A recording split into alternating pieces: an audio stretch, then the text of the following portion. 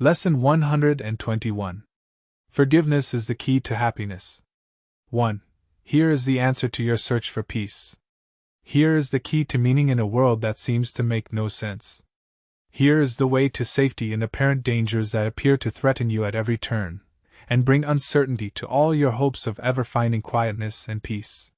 Here are all questions answered. Here the end of all uncertainty ensured at last. 2. The unforgiving mind is full of fear, and offers love no room to be itself, no place where it can spread its wings in peace and soar above the turmoil of the world. The unforgiving mind is sad, without the hope of respite and release from pain. It suffers and abides in misery, peering about in darkness, seeing not, yet certain of the danger lurking there. 3. The unforgiving mind is torn with doubt, confused about itself and all it sees, afraid and angry, weak and blustering, afraid to go ahead, afraid to stay, afraid to waken or to go to sleep, afraid of every sound, yet more afraid of stillness, terrified of darkness, yet more terrified at the approach of light. What can the unforgiving mind perceive but its damnation? What can it behold except the proof that all its sins are real? 4. The unforgiving mind sees no mistakes, but only sins. It looks upon the world with sightless eyes, and shrieks as it beholds its own projections rising to attack its miserable parody of life. It wants to live, yet wishes it were dead. It wants forgiveness, yet it sees no hope. It wants escape, yet can conceive of none because it sees the sinful everywhere. 5. The unforgiving mind is in despair, without the prospect of a future which can offer anything but more despair. Yet it regards its judgment of the world as irreversible, and does not see it has condemned itself to this despair. It thinks it cannot change, for what it sees bears witness that its judgment is correct. It does not ask, because it thinks it knows. It does not question, certain it is right. 6. Forgiveness is acquired. It is not inherent in the mind, which cannot sin. As sin is an idea you taught yourself, forgiveness must be learned by you as well, but from a teacher other than yourself, who represents the other self in you.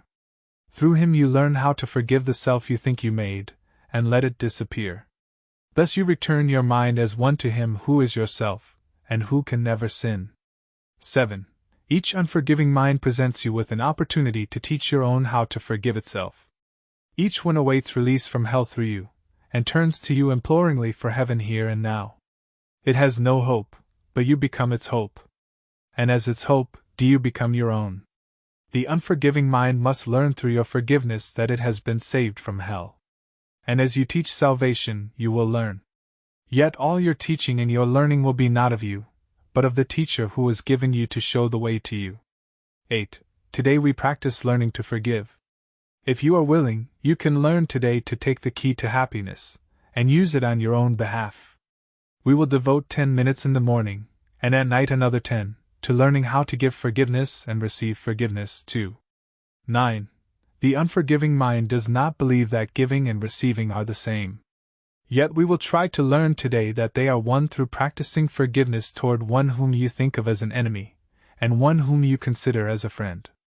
And as you learn to see them both as one, we will extend the lesson to yourself, and see that their escape included yours. 10. Begin the longer practice periods by thinking of someone you do not like, who seems to irritate you, or to cause regret in you if you should meet him, one you actively despise, or merely try to overlook. It does not matter what the form your anger takes. You probably have chosen him already. He will do. 11. Now close your eyes and see him in your mind, and look at him a while. Try to perceive some light in him somewhere, a little gleam which you had never noticed. Try to find some little spark of brightness shining through the ugly picture that you hold of him. Look at this picture till you see a light somewhere within it, and then try to let this light extend until it covers him, and makes the picture beautiful and good. 12. Look at this changed perception for a while, and turn your mind to one you call a friend. Try to transfer the light you learned to see around your former enemy to him. Perceive him now as more than friend to you, for in that light his holiness shows you your Savior, saved and saving, healed and whole. 13. Then let him offer you the light you see in him, and let your enemy and friend unite in blessing you with what you gave. Now are you one with them, and they with you? Now have you been forgiven by yourself?